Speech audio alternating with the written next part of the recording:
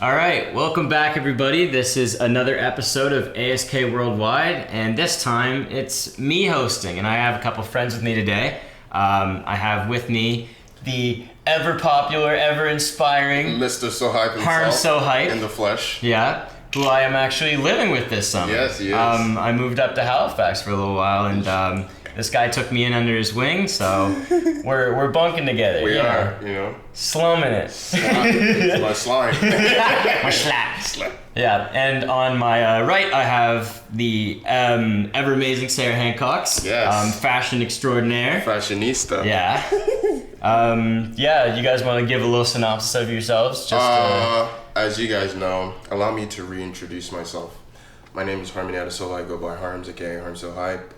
And yeah, I'm just an artist, filmmaker, videographer, jack of all trades. Yeah, man, that's what I do. I'm very happy. I'm a happy person, happy human. I'm vibing with people. He loves the vibes. I love the vibes. Great to hear. Yeah, I'm Sara Hancox. I don't really know how to introduce myself, but I'm going to school for fashion, so I want to be a fashion designer. And yeah, I like positive vibes too. Rock on, dude. Yo, we have an agreement. Everybody loves positive vibes. We do. Yeah, so I guess we'll just start off with just a easy question. How's your guys' week been so far? Not bad. Not bad. Yeah, pretty good, you know. The boy just dropped a single. He did. Titled Playground. That was yesterday. So we're recording right now on July 1st, and yesterday, June 30th, was the drop date of the first HARMZ single in a while. Since 2020. Since November, yes. Yeah, so Playground's out now. Shot a music video and everything. We did. Yeah, check it out on YouTube. Check it out on streaming services. It's everywhere. And for those people who don't like cursing and everything, check out the clean version on Apple Music. Available. That's the one we're gonna send to the radio. Yeah. Sarah's mother. That's what my mom's gonna listen to. Yeah, get that clean version. All right, so I guess we could just jump in to start talking about Playgrounds, how the whole process went. So yeah, so I mean, I'm kind of trying to be impartial about this, but like I'm the one who made the beat, I'm the one who produced it, so I'm like, it's really hard to interview you when I know, but like I want the people to know, so I'll ask the questions regardless. I'll give my non-biased take. Yeah, give your non-biased take, just speak to the crowd. So pretty much, Alex and I were roommates, and then before he came, he sent me this beat, and I was just like, probably not gonna listen to it. So before I went to bed, this guy. Before I went to bed, I was like, okay, I'm gonna listen to it, and immediately as soon as I heard the beat, I just started like. Just started humming and getting the flow, and I was like, damn it, I guess I'm writing to it. So I just started writing on my bed, just writing, and then I wrote the like first half of the first verse, and then Alex showed up.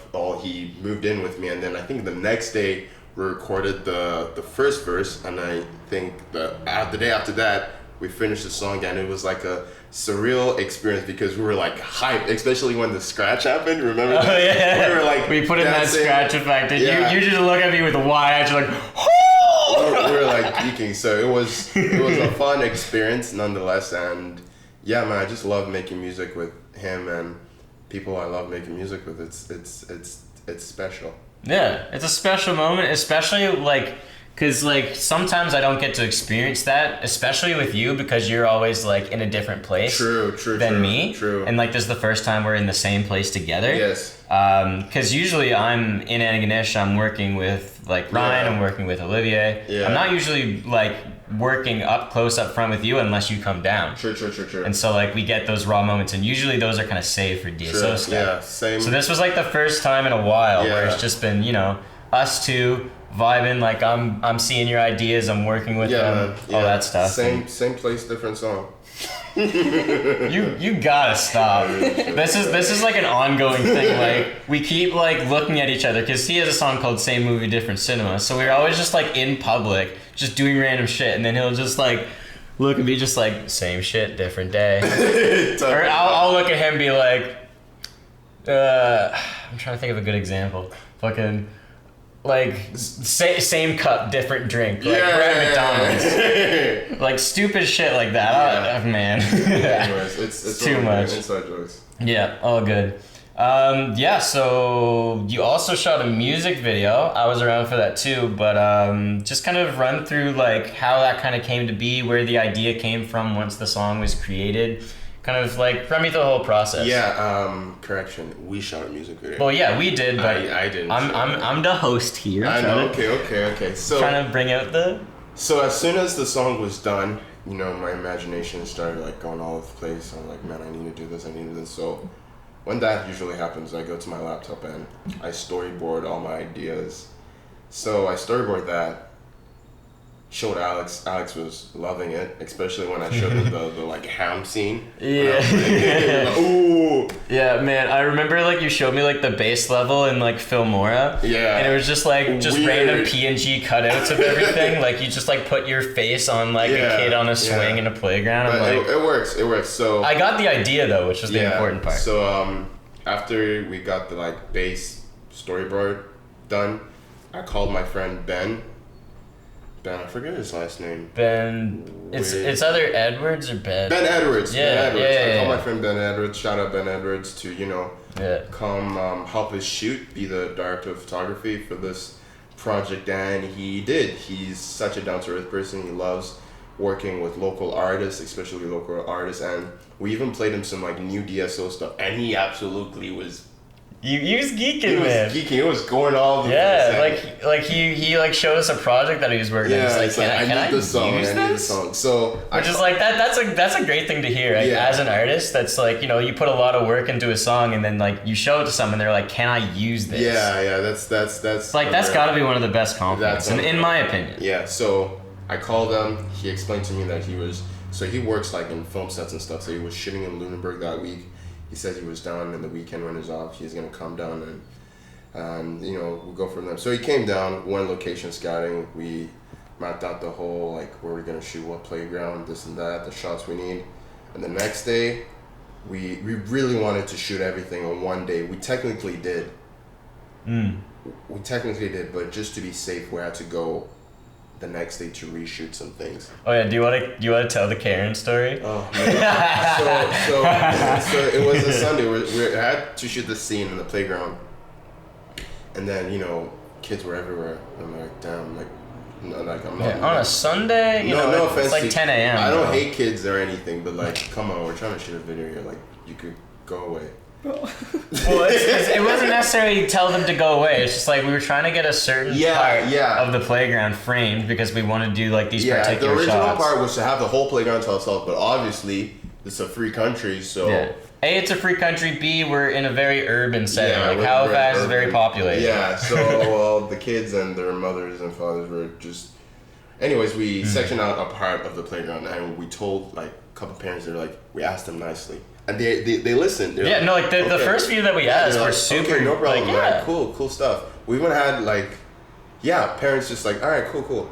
So we're trying to shoot, and then the lady came back again. One of the parents, and they were like, damn it. So I'm like, okay, Alex, you want to just come with me to ask this Karen lady nicely? Well, I if I recollect what happened in particular, it was like, we went to this one spot, we were setting up the shot, like all the cameras were ready to go, and then this one lady just brings her kid over and sets him on the playground. Yeah. Like literally the set that we were using. And just like lets the kid play on it. I'm pretty sure she even did it on purpose. It looked like she had intent with that look in her eye, man. Yeah, she totally did it on purpose.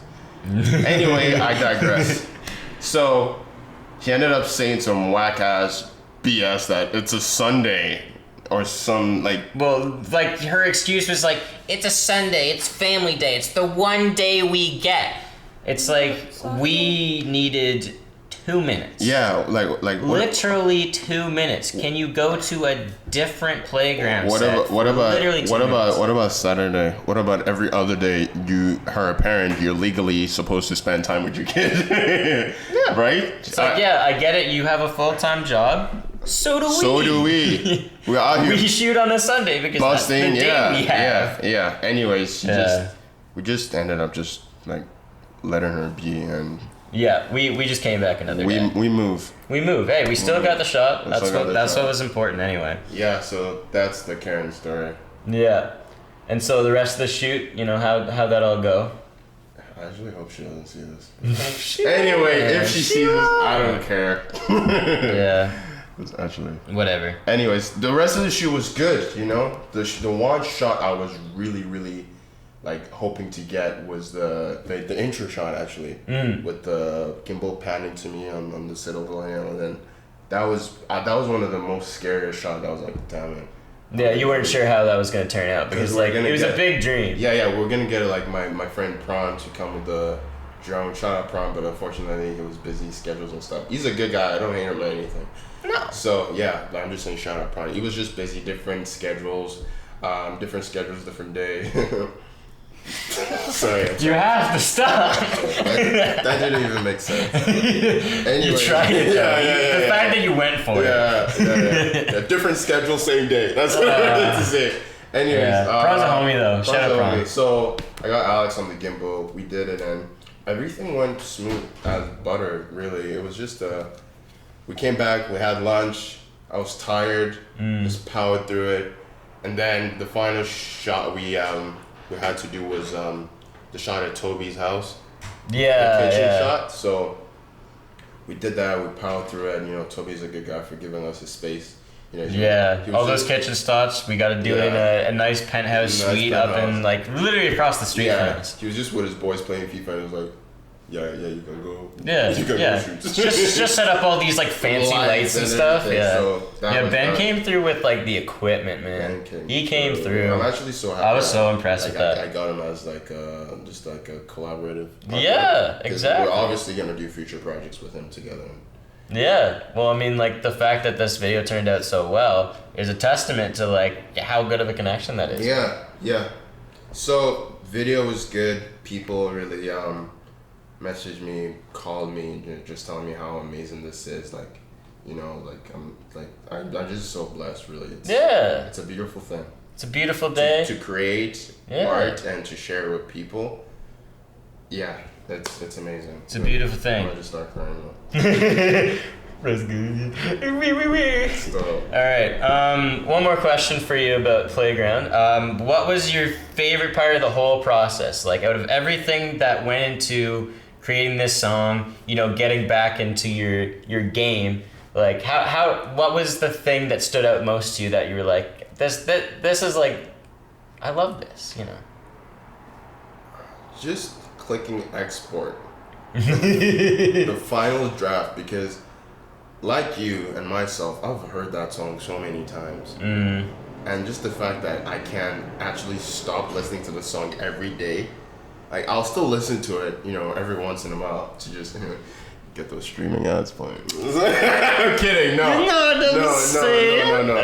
Yeah. I'll still listen to it every once in a while just to, you know, reminisce about how far I've come as an artist and stuff. But just clicking export, the final draft, clicking export, I'm like, holy moly, I'm done. Like, this is what's gonna be out. I don't have to always tweak. Like, I even told Sarah, I'm like, I'm just gonna have to click export, because if I don't click export now, I'm forever gonna be doing little tweaks and changes. Yeah, even with you and that's literally my whole life, bro. Yeah. I'm always just like, I gotta fix that. I gotta fix that. I don't know that if you want to elaborate on that, Sarah. Mm-hmm. You were about to say something, no? Oh, I just said yeah. Well, no, like I get it. Like you're like the more you look at it, the more you see things that you want to change. Like every time that I would have to do a project, I would do it up until like the last like few hours before submitting, because it's like every single time I'd look at it, I'd be like, oh, I can change this, I can make this better. Yes, like, exactly. It's like never ending. Exactly. Yeah, it's like you're always gonna pick up on something that you think it's like, oh, I need to improve on this 100%. Sure. So pretty much clicking export. And like that's the thing too. It's like not a lot of like artists these days like get that feeling of I just finished my own music video. Yeah, bro, it's crazy. Like, bro, anytime I talk about it, I always get gassed up. Who you know records the freaking song, makes it, and then shoots the video and then edit it by themselves? Yeah. Nobody else is doing this. Like, nobody. Like, we had I have Laris, and she was like, nobody's doing that. Like, nobody's. Well, nobody we know is doing it. Yes. Yeah. Like, bro. And, like, that's the best part. It's like having that feeling of like we're doing something so much more than someone like other artists are putting into it. Yeah. Like, you know, having all that effort like come from us rather than like a big team of like 20, 30 people. Yeah, we're looking. It's a good feeling. Starting to create like an empire because people are gonna catch on. I really hope so. Prism is gonna be, mark my words, Prism is gonna be like the big label like that blows up from Halifax. Period. That's Fingy's cross. That's that big Fingy cross. I really believe in manifestation. If you say it in your universe, it will come through. Ain't that right, sir? Oh yeah. Well, now it's recorded, so it's like set in stone now. Yeah, and I think that's a great way to segue into the next topic. So I kind of just wanted to ask about having that artistic control, you know, having all those elements in your own roster instead of having to talk to other people to get that stuff done. So, yeah, I'm still recording. So, I guess the first question, just generally, like, there can be any answer to this, but what's the general feeling of being an independent artist, like, compared to those you know who are, like, you know, signed to labels and, like, getting that promo from, like, an industry, like, from a business, essentially. Yeah. Whereas, like, you know, you were just yourself putting in all the work, doing all the different parts of the job, like, all yourself. Like, how does that feel as an artist? It's overwhelming. It really is, because most artists that are like not independent, all they have to do is just worry about go in the booth, record, and then the graphic designer will do everything for them, the publisher will do everything for them, the promoter will do everything for them. They just literally have, the thing they have to do is just record the thing and then post whatever they have to do on their Instagram. So out now. But as an independent artist like myself, it's just everything falls on mostly Alex, but also parts of it falls on me, because I hate hitting Alex up for all the time. Like, Alex, do you mind like typing up like a newsletter for the song, like stuff like that? I literally had to do it yesterday while we're trying to, you know, get inspired and working on music. I'm like, yeah, so other than recording the song, yes, as an independent artist you have to do that, but you also gotta promote. You have to find clever, fun ways to promote so that you wouldn't like bore your Instagram out and just spam it with just out now, out now, out now. There are things like I'm gonna do for this playground promotion that I still need to work on. Like I'm gonna do like a BTS. Yeah. I'm gonna do like a reel. I'm gonna do TikToks. I actually hit up my friend Quakes yesterday saying, hey bro, if you can like make a TikTok from the song, because he's really big on TikTok. And all these things, promotion, I think it plays a big part. And also trying to brand yourself as an artist. It's also hard because I'm an artist, but I'm also a videographer. So sometimes people don't really know what I am.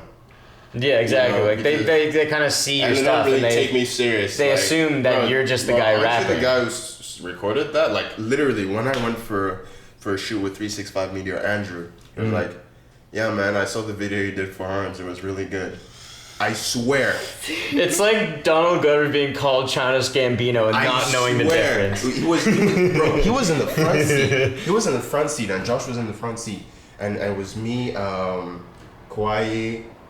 Yeah, it was me and Kauai. Andrew was in the front seat. Josh was driving, and then we're talking, and then Andrew turned back. He was like, "Yeah, man, I saw that video with Diff for HARMZ. It was really good." And I was like, "Yeah." I was like, "Yeah, I'm HARMZ." And he was like, "Oh, no wonder you look so familiar." I'm like, yeah, so people don't really take me serious as an artist, which is weird because I love to make music just as much I love to create content, you know? So it's like I can't have, I'm trying to have both, but it's hard. It is hard because there's just like so many different sides of the coin that usually like with other people, like they have people that take care of that. Yeah. Whereas with us, it's just kind of like we just learn that stuff online real quick and then do it. Yeah, and I'm not hating it. It's a really good thing because we know how to do it. Like, it's a really accomplishing feeling. One day when we blow up and stuff like that, and freaking label try to like fuck us over, like, hey, you're not doing right because we've know how to do it right. You know what I mean? We can actually understand like, hey, these people are marketing how they're supposed to. They're just using that for themselves. So we know. It's like you know whether or not they're doing enough for you. Yeah. So you're getting your money's worth. So this is pretty much just practice.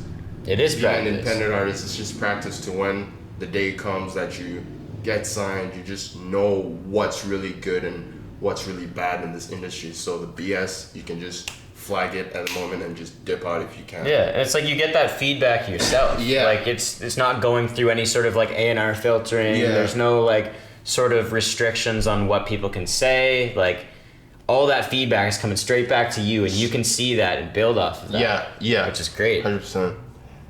Yeah. So I guess we'll break out into like a more general question, just like kind of based off what we were talking about.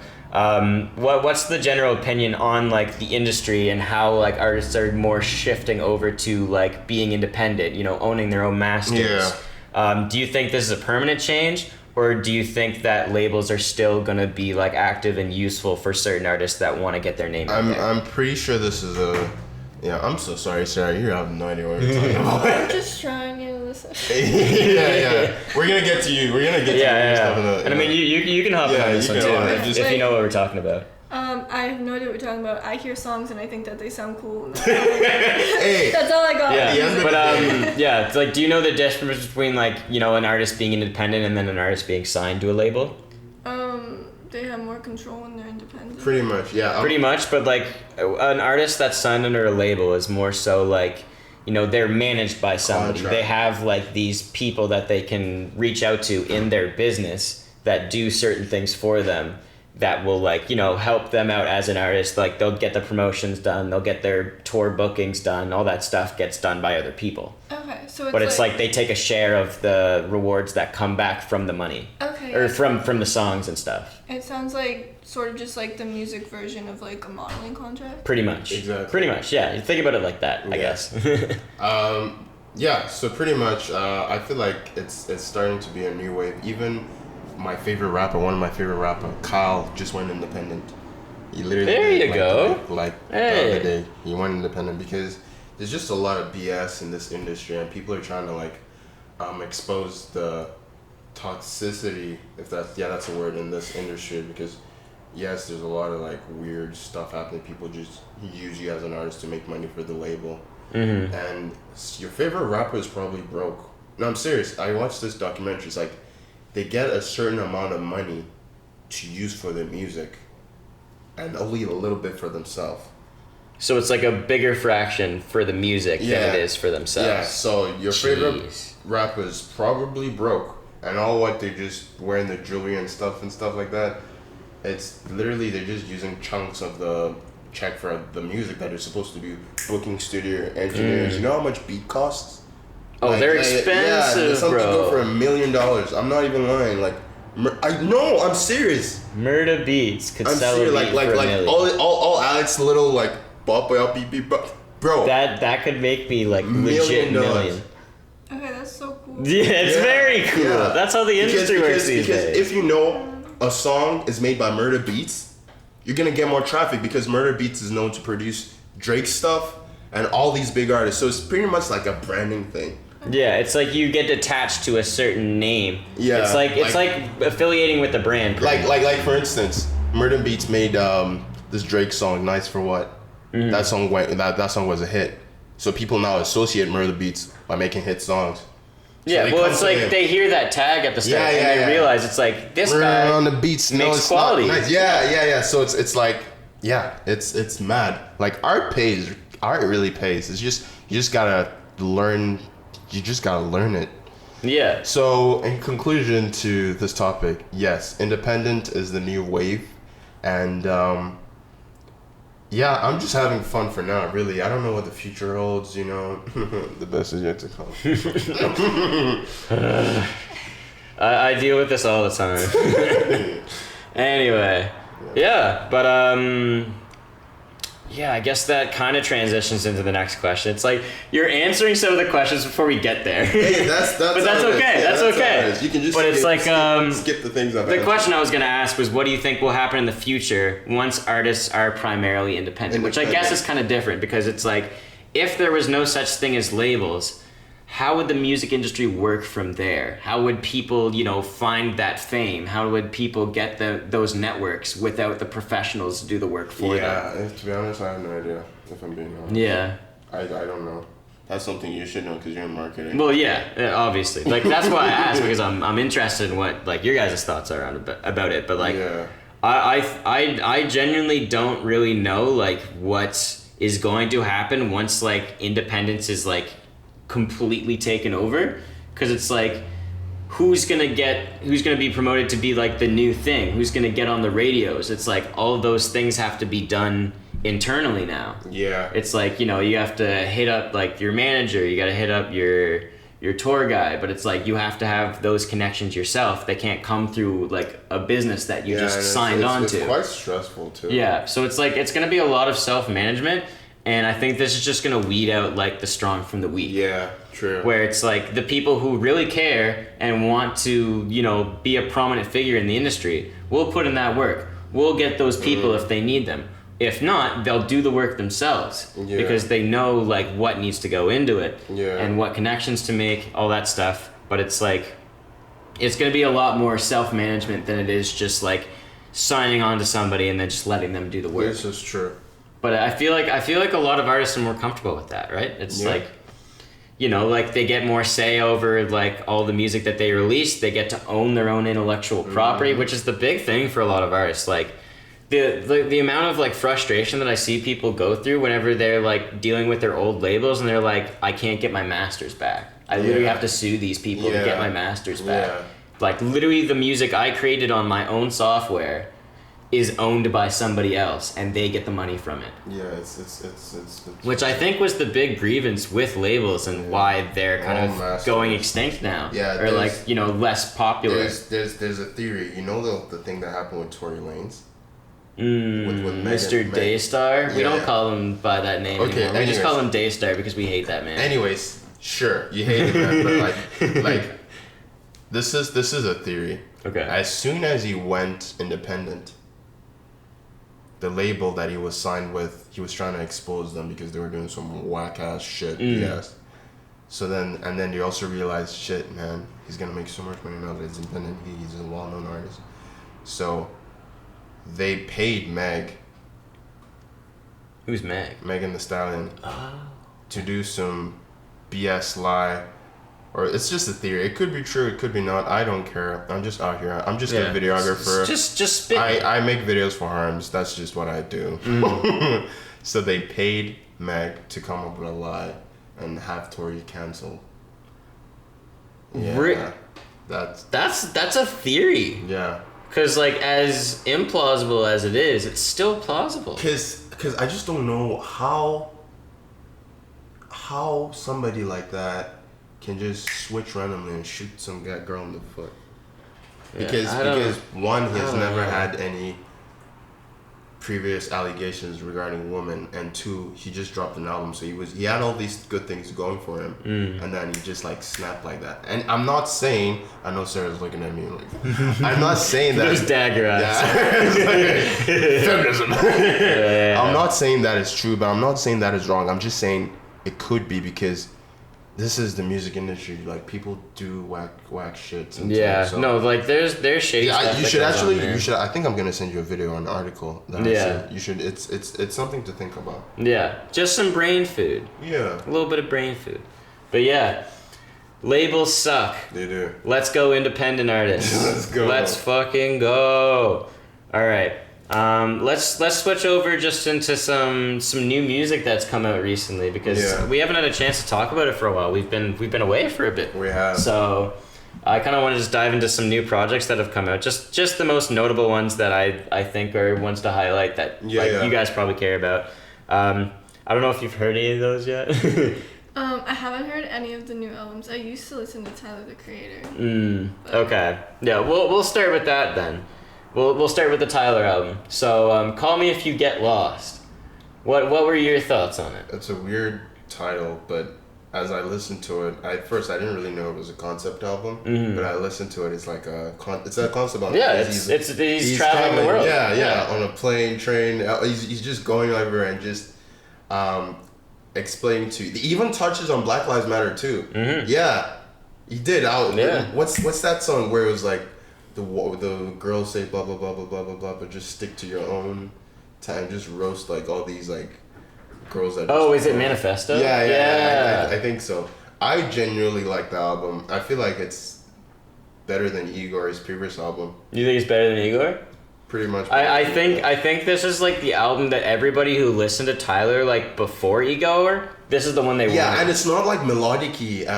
Like Igor is more melodic-y and like more. Well, yeah, singing. it's very much more in the pop. Yeah, this is more like rap and old Tyler type shit. Yes, so, which I think it's like like people want. It's like the old. I hear it. Yeah, well, exactly. It's like old Tyler. So like you're going back to your Goblin, your Wolf, but it's like.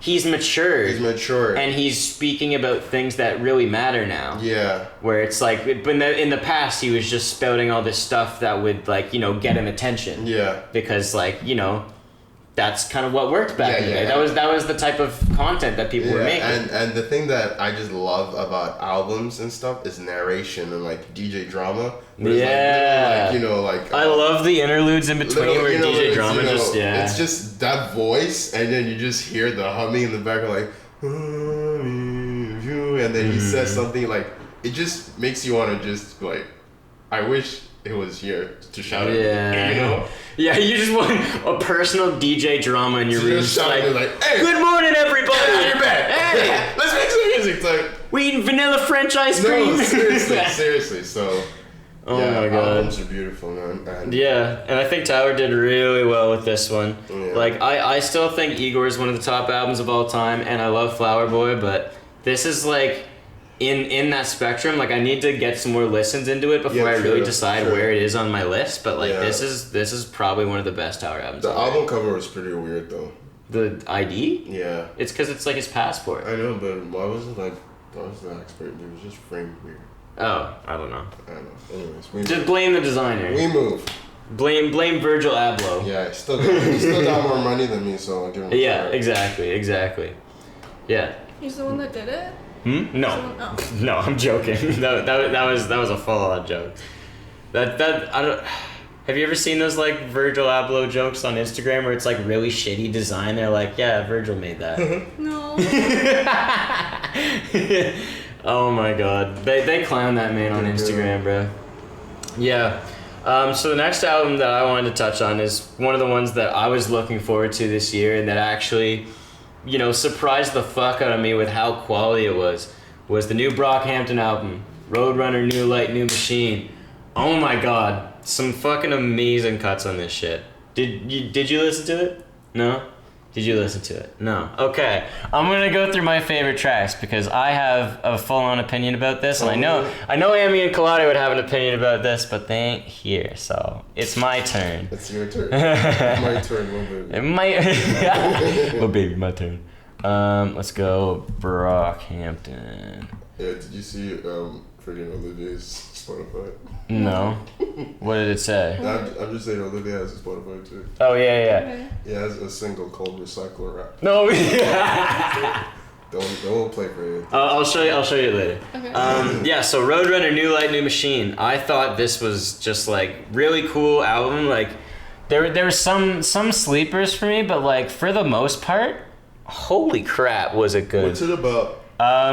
It's kind of just like, like your classic boy band, like we're back, like this is like what we do, grinding about it. Break up soon? Yeah, they said they're doing like one more album after this and then they're done. They're probably just gonna do solo careers, but like. Wait, Brockhampton? Yeah. Wait, it's not just one person? Seriously? We got him! We got one! In the flesh! You did not no way! Oh my gosh, that was too funny. Oh my god. It's multiple people? It's a group. It's like a big ass group. It's a big ass group. Oh. Look at all these boys. All the boys. Yeah, you got Matt, you got Dom. Alright, that's Dom. You got Jabari. A$AP Rocky part of Brockhampton? He was featured on a couple songs here. Man, what about Tyler? Tyler has not collaborated with Brockhampton yet. No, not yet. Sadly, but could happen. Could happen. Yeah, some of the notable features on this project, you had JPEG Mafia, Danny Brown, A$AP Rocky, A$AP Ferg, Charlie Wilson, some notable names on there. And like when the first single dropped, Buzzcut, we talked about it in the show. We thought it was crazy because it was like this whole new style that we weren't expecting yet. Is it like more experimental? It's kind of experimental, but it's more commercial than some of their older stuff. Like the Saturation Trilogy was just like a lot of just like, experimental bangers that just hit really well. Yeah. And then you got into like your Iridescence, your Ginger, where it's kind of just them like, you know, trying to explore their creativity more, trying to get into like these concepts that they didn't necessarily go into in the saturation songs. Yeah. But this is kind of like a perfect combination of the two. You know, they have their creative side and they have their, you know, listenability side kind of just meshed together on this one. Yeah. Like Chain On was like an old release. I love that one.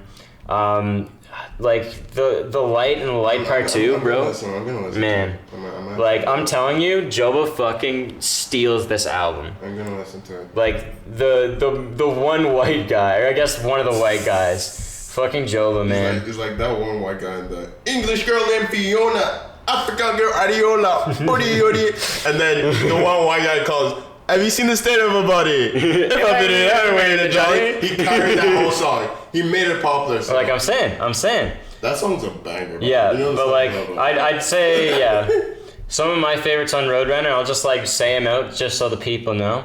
Fucking Windows. One of the like this made it feel like it was a saturation song. Like it was all the boys just putting in a fucking verse. It was great. I like Old News because I remember Amy texted me when the album came out. He's like, "This sounds like a Pyramid Scheme song." Really? Yeah. Well, it's got that melody to it. It's got that groove. I'm like, okay, this is a vibe. And man, I listen to When I Ball and I almost cry. You cry? Yeah, it's like this like the beat sounds like it's like a Neptune's beat. I cry. It's so. Oh my god.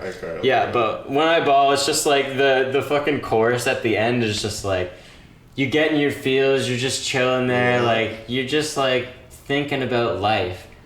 You'll always be a part of me. It's good. Alex, it's good, man. Just cry. Not going crazy. Yeah. I kind of want to listen to that English girl named Fiona, African girl Adiola. I thought you were gonna say the album. I was like, yeah, hell yeah. That too. But I highly recommend you listen to this. This is one of my favorite releases all year. Odi first. No. Yeah, absolutely. And we'll get into the last album that I think is kind of like the best one that's dropped in the last little while that I kind of saw, or I wouldn't say the best, but it's just like, you know, a notable artist that people care about. That we want to highlight on. Highly anticipated album. Yeah, J. Cole's The Off Season. Did you listen to it? I listened to it when Harmony listened to it because I was here. Okay. Not like by myself. Okay, really but like you still kind of know how it sounded and everything. Like you heard most of the songs. I kind of forget. Okay, we'll work with it. I think it was good. Okay, bet. And you've heard most of it, right? I've heard it. All right. I'm going to bring up the track list, but yeah, if you want to go into your opinions on it, be my guest. What'd you think of the J. Cole? I think it wasn't my favorite J. Cole album because it was not as melodic as KOD, Kids on Drugs. Then again, Kids on Drugs, he was kind of like preaching to the youngins to stop freaking doing drugs. So he had to, be like us, with the... Yeah, to switch up, with the ATM, cut it up. It sounded like that's a good strap song. With this album, is more like... He's more like talking about real life issues and life as a whole. And J. Cole is not one to do features, but this album has a lot of features. And then the interview before the album drops, he talked about like why he wants to start having features now. He says like, I need to start working with these kids. These kids are the future for music. If he digress with the features, like he's gonna like become like an old dad like Eminem. Yeah, exactly. Eminem just started to freaking collaborate with all these people, but he collaborated with Juice WRLD out of all these people. Yeah, exactly. So that's my 2 cents on that. But like one of my favorite songs is Pride. Pride is the Devil. Yeah. By Amina. Amina was on this. What's his name? No, yes, he was. I swear he was. He's not credited though, but I swear he was. On Pride is the Devil? I'm pretty. Oh no, he wasn't. But the song sounds just like one Amina song. I swear. Oh, I see what you mean. I do. What's that song? Yeah. I can't think of it right now. Anyways. Yeah. I know what you mean though. I know what you mean. But yeah, like there was a couple of highlights on this like songs that I was like, okay, not bad. Like I really like the flows on it. Like it's a good cohesive project. But like which is that song where it's like I put a clip to your head, you leave your. Oh, that's 95 South. Brother, no. Yeah, it was the intro track. The internet was like, oh. Yeah, put an M right to your head, you Luigi, brother. No. Call me a goofy. Call me a goofy. Yeah, but like that, like I have this one song. I like Let Go My Hand. Let Go My Hand. I think that's the really good cohesive song. How does that song go again? Na na na na na. Oh right.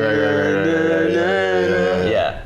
We can't obviously play it. Yeah, no, exactly. But like, damn, look at it's the got streams buzz on this slack on it, yeah, or black, I guess. 63 million. Holy yeah, man, shoot. They go crazy. But yeah, I wasn't like fully immersed through the whole thing. Like there was a couple downsides, but like there was upsides for it too. Like I didn't mind most of the songs, but like not a whole lot that I come back to on a daily basis, which is like that's the important part, right? The album, when you think of an album, there's only a few like albums that like all of them are not skips. Like there's only a few. Anytime I listen to an album, I'm just looking for like 3, maybe 4 songs I can just add to my playlist. Yeah, it's like you're not looking to get the whole album experience. Yeah. You're kind of just picking out the ones that you think you're going to listen on a daily basis. So disappointed, as I was so disappointed for last year when Kyle dropped an album. It's called See You When I'm Famous. Before the album dropped, I was even telling you, I'm like, before it dropped, I was like, bro, I am so excited. He don't miss. Yeah. Because his last album was Light of Mine, and I absolutely loved that album. And then when we find out he misses. He missed. I was like, shut up. I was like, bro, how can you even show your face? Yeah, whatever. Like, why are you showing your face on the internet? Like, why are you flexing on the ground like that?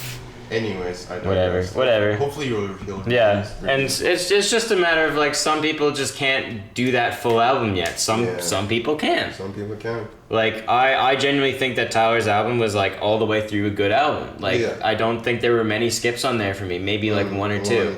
Whereas like you go to your J. Cole and there's like 4, 5, 6 skips in a row. You're like, okay, well, what's the point of listening to this whole thing then? Yeah. Anyway. So yeah, that's kind of our take on the new drops that have happened, like the most important ones in our opinion. But yeah, if there's any other albums that like you think that we missed out on that you want us to try out, that you want us to listen to, like I mean, we're around all summer. We might do another episode here, so we might send us along something, see if you can get our opinions on it. Yes, absolutely. And if you want me to twerk, I probably won't do that, but just ask anyways because I love the attention. Oh my god, you and your twerking. this guy's in a twerking pandemic. I swear to God. All right, let's switch over. Let's switch over to a fashion question. Let's give Sarah a little bit of spotlight. Yeah. All right. So I have a couple fashion-related questions. My balls are so sweaty. It's hot, man. Yeah, it's a bit stinky today. Sweaty.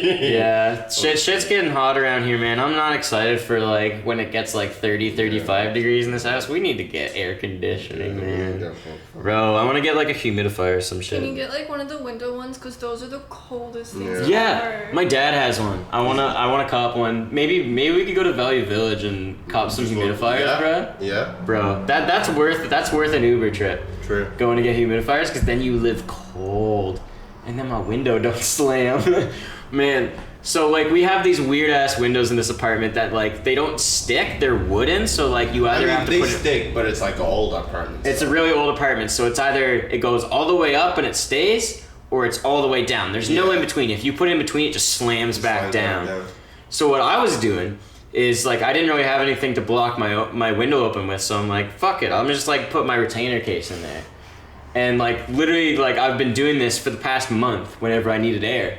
And then last night was the first time where I just kind of had my window all the way up. And I'm just like, it's just chilling there.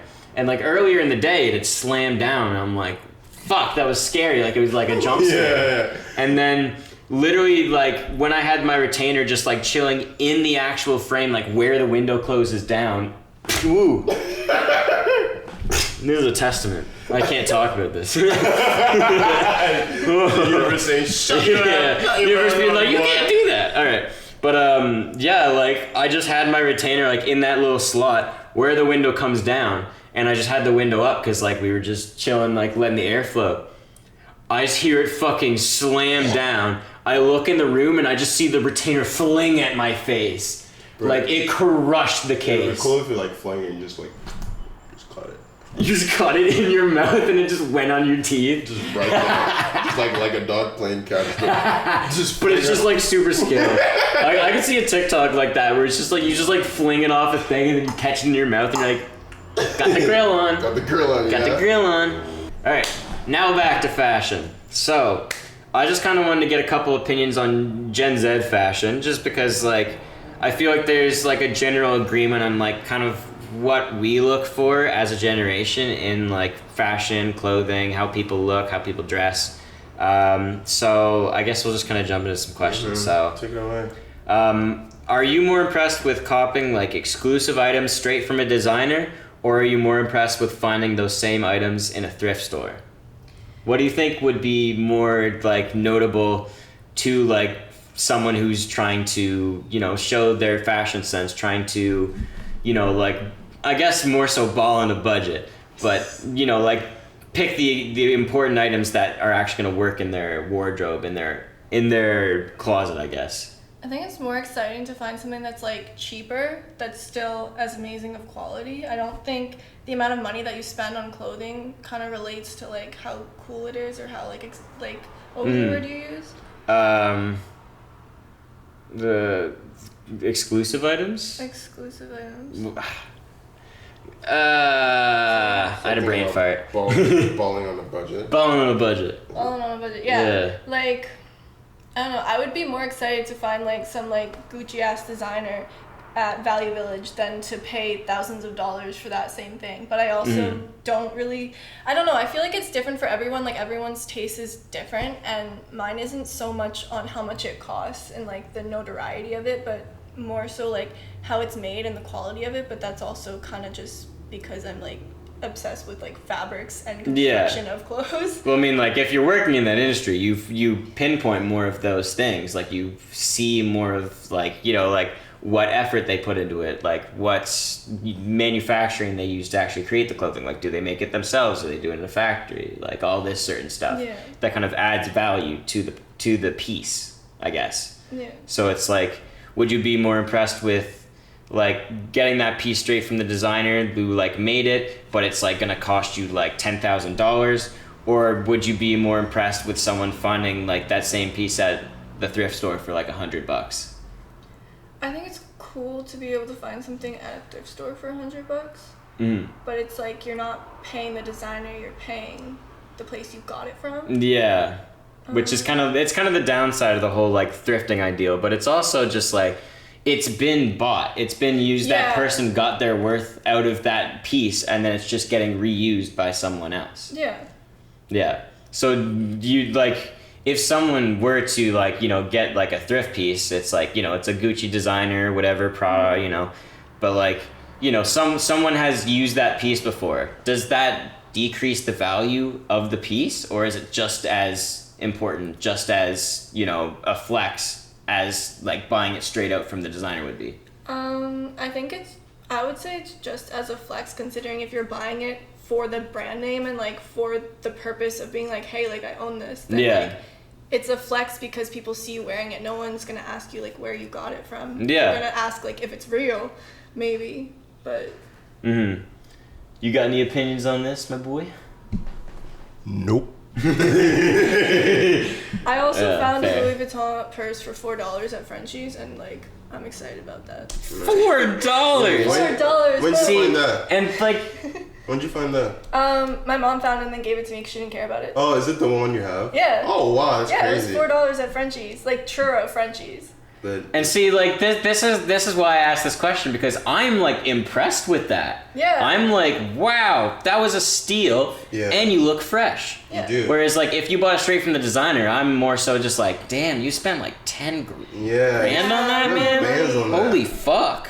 Yeah. Like that's a lot of money, but like I'm impressed that you found it for $4 and that it's got that notability to it where people are going to recognize and probably be like, okay. Yeah. They got, you have fashion, you have class. So yeah, like I feel like it's kind of like it's equal depending on what class range you're in, like whether you're like low middle class or if you're in that upper class. I feel like that's where the differentiation is. Yeah, like if you can afford to buy it from the designer, then buy it from the designer, because some people can't afford to buy it from the designer, but they still want it, so they'll try to figure out other ways of finding it. Yeah.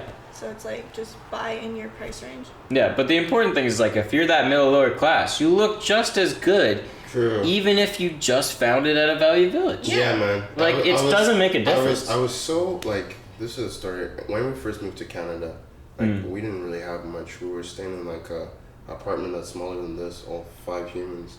Yeah. In this small apartment in Saskatchewan, and we needed clothes really because we like pretty much sold like everything to come to Canada.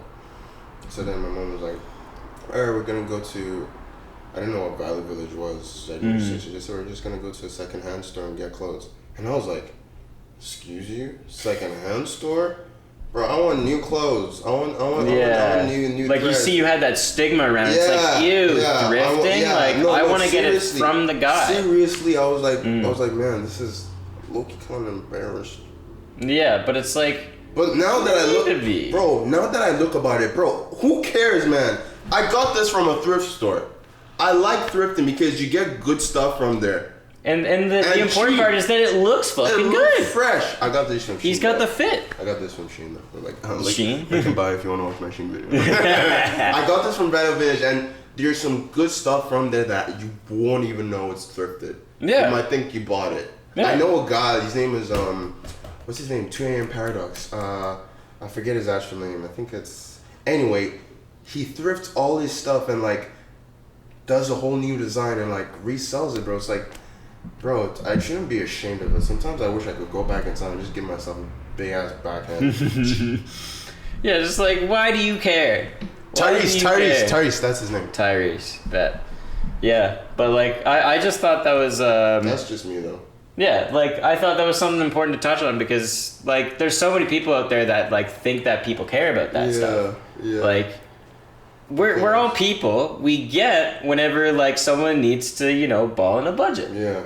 And I mean like I guess we'll just make this final decision because like I have it as a question, but we pretty much already answered it. So like fashion on a budget, is it respectful or is it respectable or is it shameful?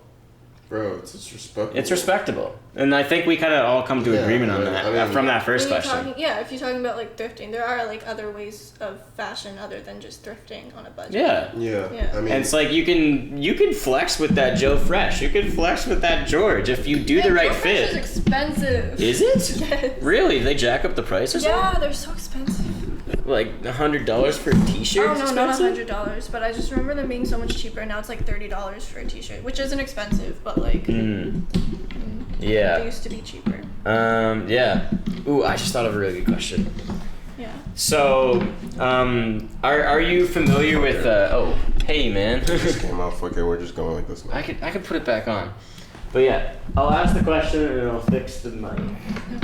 So, are you familiar with like drop culture where like an artist or like a designer will like do like a drop, like a limited time offer where like these clothes are only available until they're gone and then they never come back? Okay. Are you familiar with that? Have you ever participated in one of those before? Participated? No, I've been trying, but does that relate to resellers? Because I got a lot of opinions on those. What are you doing? You're like... It's right there. Yeah, elaborate. Huh? Elaborate on drop culture. On drop culture? So like, what do you think of it? Like, I don't know.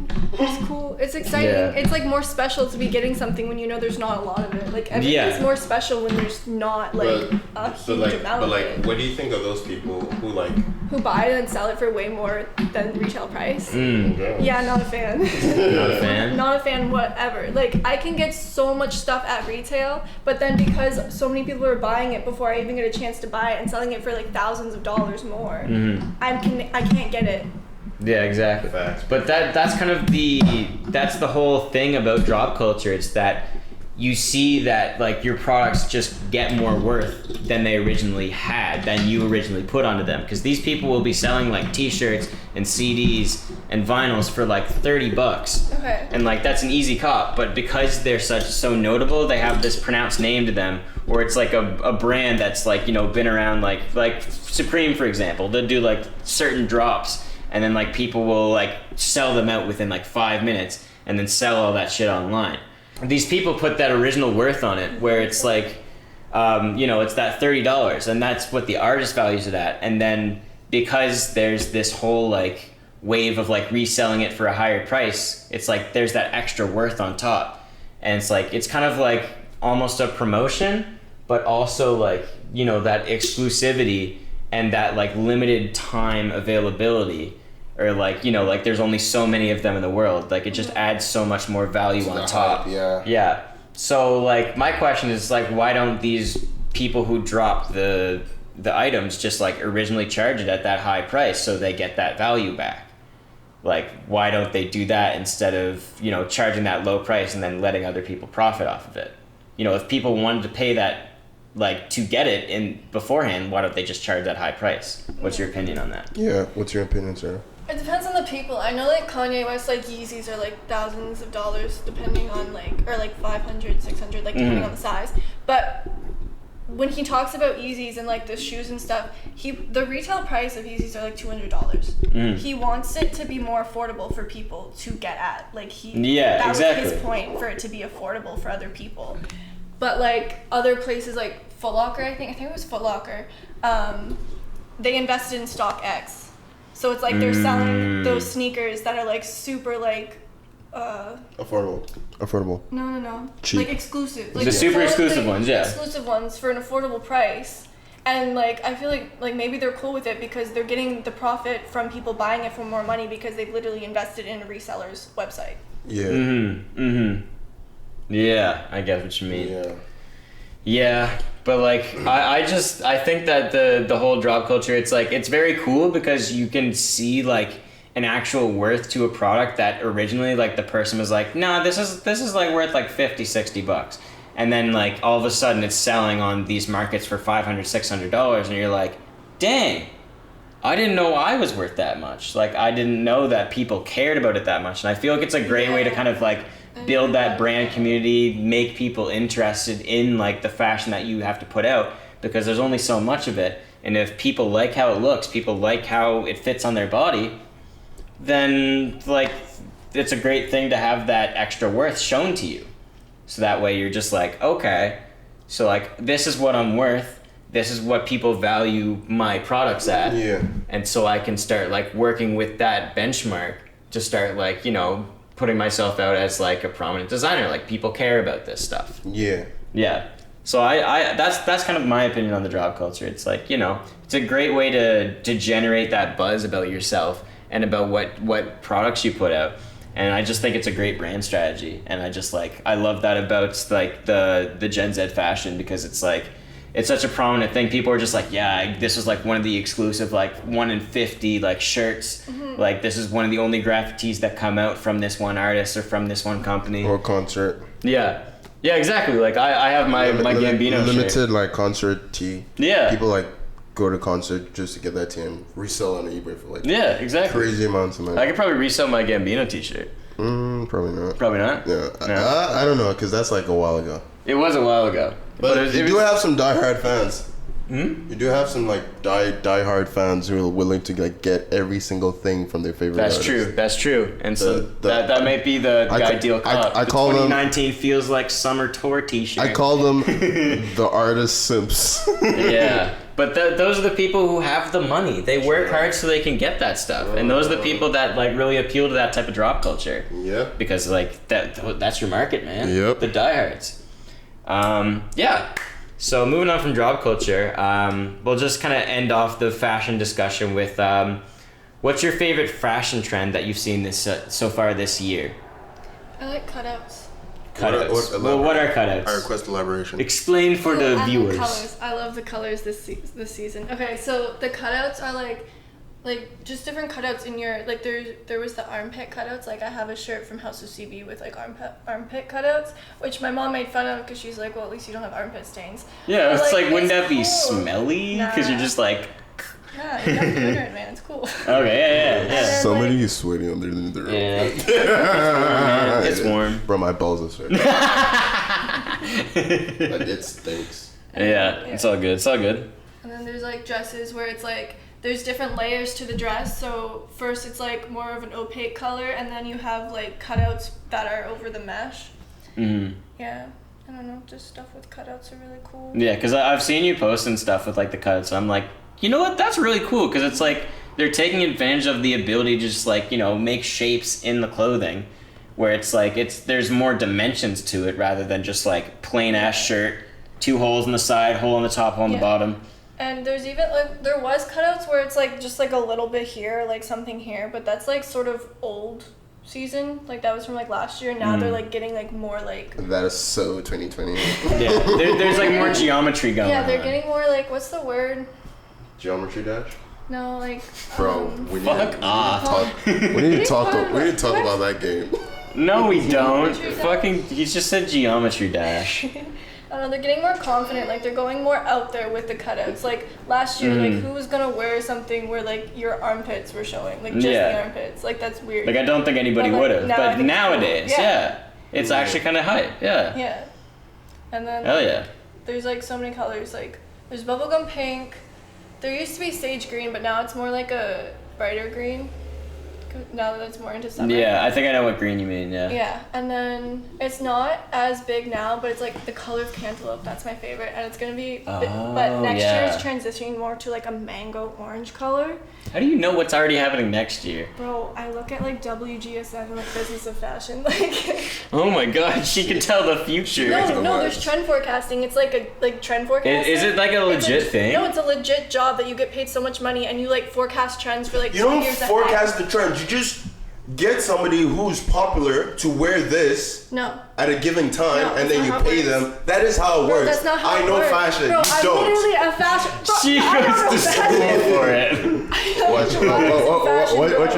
What you start giving me sass? Listen. No, but okay, no. That's when you're telling me I don't know fashion. Who gives the artist the clothing to wear at these fashion events? Designers. The designers that forecast the trends. The designers don't even forecast the trend. Forecasting, like trend forecasters, are a legit job. You go to school for it. Oh, it's a different person? No, it's a different person. Designers hire trend forecasters so that they know how they should design for what's gonna be in season that year. Because you design shit like way before. Like there's fast fashion where everything's designed like 6 months ahead. But then when you're doing like fashion drops, like Fashion Week and shit, that's designed like a year, 2 years ahead.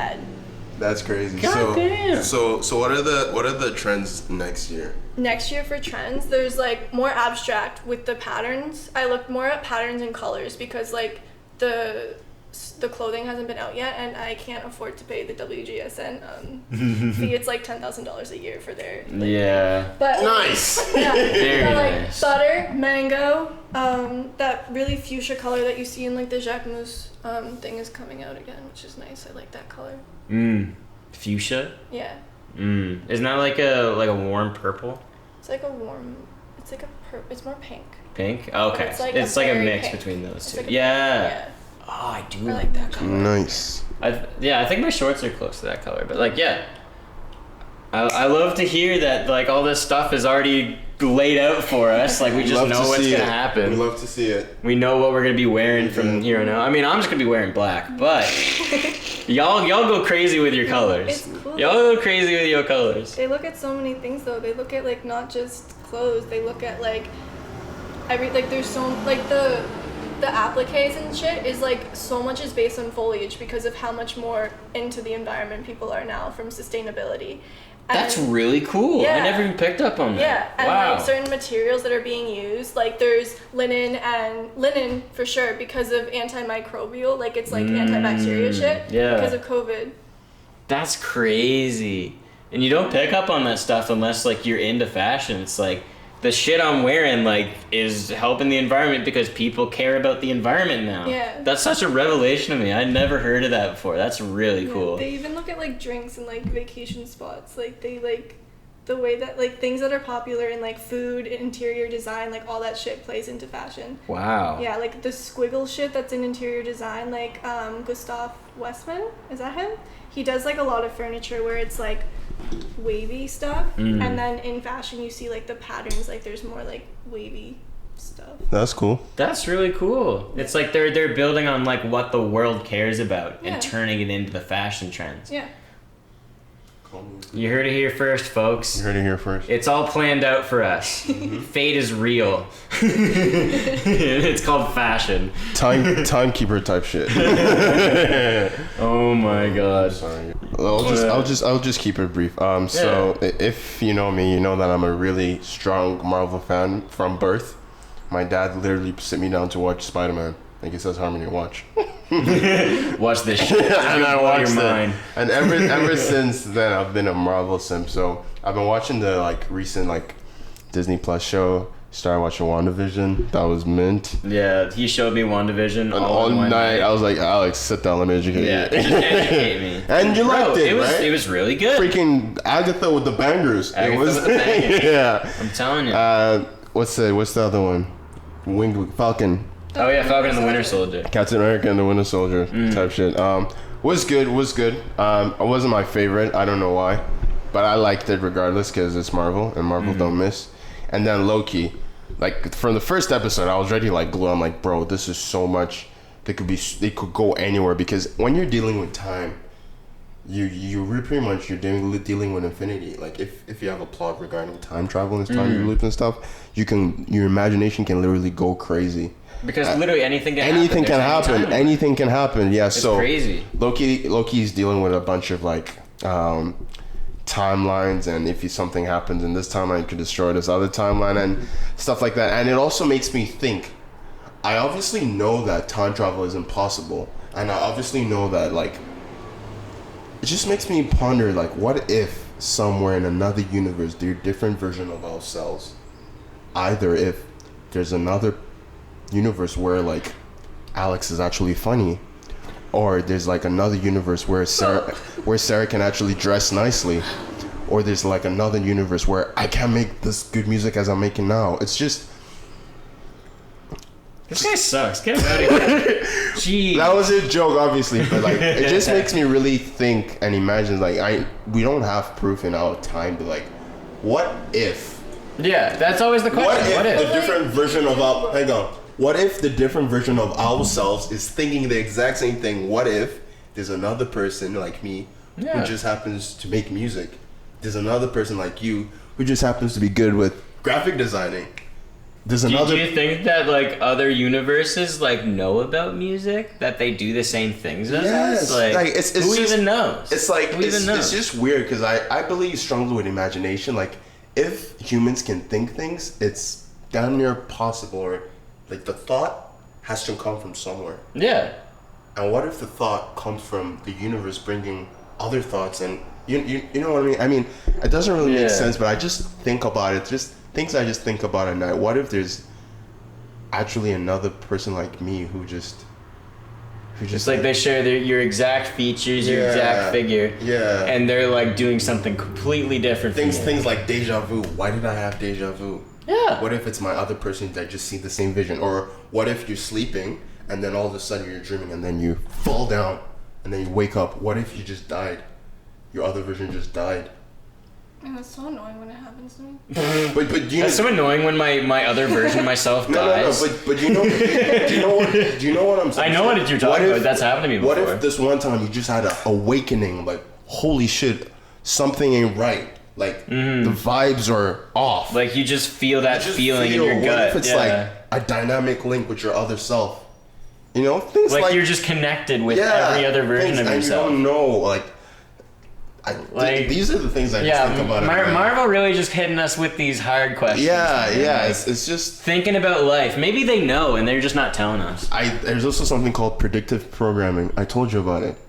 Did you? Yeah, it's predictive programming. When you got a lot of conspiracy before 9/11 happened, they were showing commercials and shit like that on TV of little children just playing around with like car toys, and then they hit this building. And then the building just fell. little things like that, they're just putting in our brains. The dollar bill, if you fold it a certain way, it has two towers, like that. No, I'm not joking, Alex, seriously. Little things. There's a documentary, it shows like predictive programming. The government is literally making us see shit so that when it happens, we won't be in shock. Anytime we see a gun on TV, we're just like, gun. But think about it, a gun is used to kill people.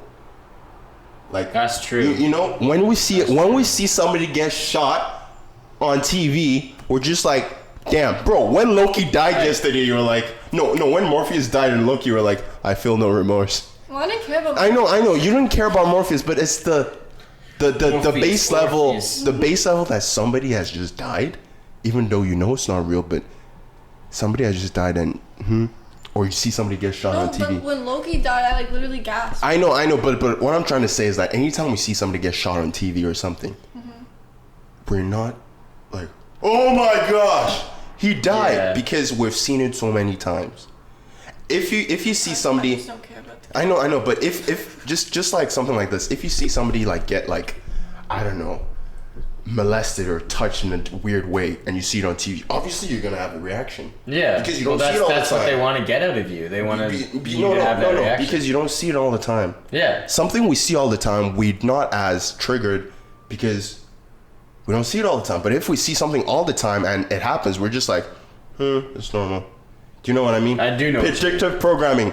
How many shows has they come up with aliens? Like all these whack ass shows with aliens and stuff. Like they're just putting it to us that it will come through. I need to start talking because I'm getting fired up. We should do another A.S.K episode. Or let's just make let's make our own podcast and talk about conspiracy theories. Well, we'll just do a conspiracy theory podcast. Yes. Bet. Okay, I like that. I need to stop. I'm tweaking. But I like your theories. You're thinking like a champ. I'm not sure how accurate they are, but it's still good thinking. I believe it. I like that you're. Sarah, why are you laughing? Why are you laughing? I'm not like laughing at you. You just get so like intense with all your conspiracies. I'm sorry, man. Hey, no, but it's a good thing. Yeah, I like how passionate you are about them. That's a good thing. Okay. Oh my god. I just touched his ball sweat. When I say my balls are sweaty, knees weak. I'm not talking about that M&M spaghetti. They're like actually sweaty. Oh my god. All right, so this is like a question for the entire room. I feel like both of you guys can answer this just as equally as I can. So this is just like a general, how do you get inspired kind of question. So, or topic, I guess. So it's like inspiration. Where does it come from? So the first thing I'll ask is like, what are the main things that you do in your daily life to find inspiration? Whether it be, you know, creating music, directing videos, thinking of new fashion ideas, you know. Sewing ideas, she sews. Yeah, sewing ideas, like different patterns to use. Like, what inspires you? We'll start with Harmony and then go to you. The main thing that inspires me is you guys. Really? Yes. The people I hang out with inspire me. That is true. I'm not even trying to be funny and sentimental. Okay. But like dive a little deeper for me. Because anytime I see, like you, for instance, doing graphic designing, working on, bro, you make a beat like every day. Yeah. Or Sarah, for instance, I don't know, drawing, making little fashion sketches. It makes me think like, damn, what am I doing in my life when these people are doing that? I'm also so you're just motivated when you see other people doing things. Yeah, and if you think about it, it goes both ways. Like, for instance, Sarah, if you see I'm doing all the cool things I do, don't you like, damn, I want to do something too? Yeah. Yeah, it goes both ways. The people I surround myself with inspire me, and that's how I stay inspired. Like just even Ryan, bro, like when we came down to Antigonish, he hadn't made a song and immediately he's like, let me start writing. And it's like the people you surround yourself with inspire you, and that's how I get inspired. Every once in a while, if I see a dope shot on a TV or something, I go back. I'm like, bro, did you see that? Like go back, and I watch it again. And you share that with someone, and someone else is like, that's really cool. Or I'm like, bro, like literally the cloud scene, I got it from Kyle's video. Yeah. It's so good. Like things I see, the music I hear, the people that I surround myself with inspire me, man. If I hang out with a bunch of business people, I'm not gonna get inspired with my art. I'm just probably gonna be sad. Just be like, I don't have a business. Yeah, like the first. I don't know how to relate to these people. The first lockdown that happened. This was back in 2020 when we were sent home from school, and I was in my basement. I was like, that was really sad. Yeah, I imagine everybody was like. Like Sarah, I was like, who can relate? I was. I was sad. I was in my bed, covers, just on my phone watching Netflix. Yeah, that was a week for me, but I was just playing Animal Crossing. Straight up sad for a week, eating like KD all the time. Because I was so freaking sad to cook a meal. Yeah. But now you're surrounded by people. I'm surrounded by my friends and family. Yes, that's how it is. So that's just me, bro. Yeah. What about you, Sarah? Honestly, just like watching so many like fashion week videos, like the runway shows of what's going on. Yeah, you posted something on your story today, right? The fashion. Well, yeah, I just love Jacques Mousse so much. Yeah. He's just so amazing. I just love everything. It's like Jacques Mousse.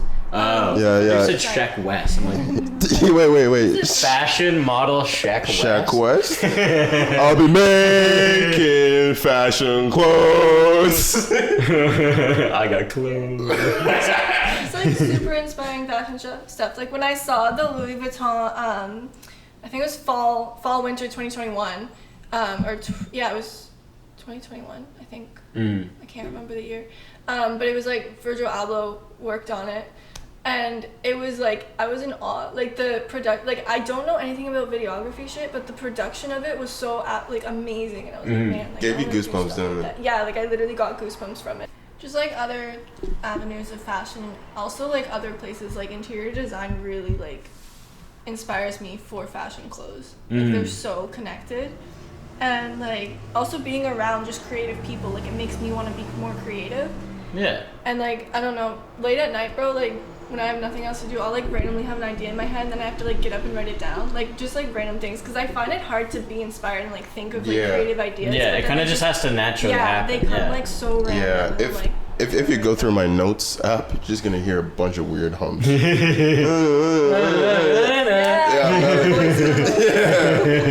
my voice memos. Yeah, but it's because you had that spur of the moment, like, I know what to do right now. I need to put this down so I don't forget it. Because otherwise it's just going to be gone. Like, I can't force it out again. Yeah, man. That's just how I do, man. I feel that, yeah.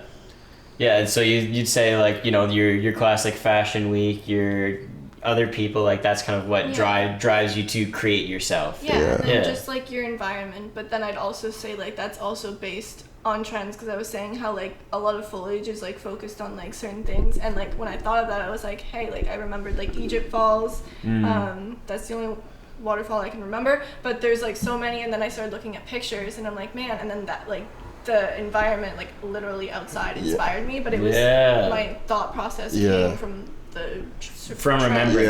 Yeah. All right, we yeah. Okay. Yeah. I will just wrap this up right here. I think we've gone on long enough. We had a full cohesive episode. We did. I want to thank you both for coming on with me today. I mean, I kind of forced you to, but that's okay. Y'all wanted to be here, right? Sarah was just like hanging out, and you're like, yeah, sure. Yeah, I'm just like, you want to hop on? She's like, I guess so. Like, I guess. Yeah. So thanks for watching another episode of ASK Worldwide. I don't know if that's what it's called, but I mean, that's kind of what me and Amy have been calling it.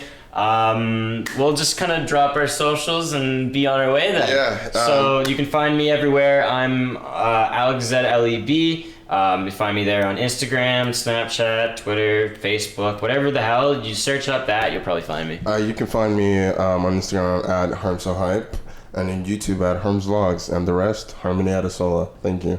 Hell yeah. You can find me on Snapchat, Sara Hancox, but the rest is just Sara Hancox spelled backwards, so it's XOCNAHARAS.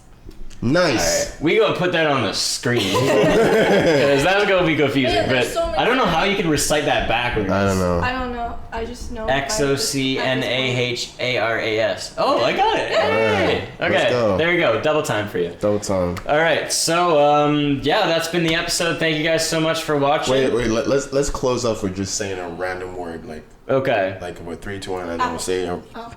Oh, no. Okay, yeah. With Ready? 3, 2, 1, we're saying random. Okay, so bye everybody. I hope you guys have a great week. And 3, 2, 1. Applesauce.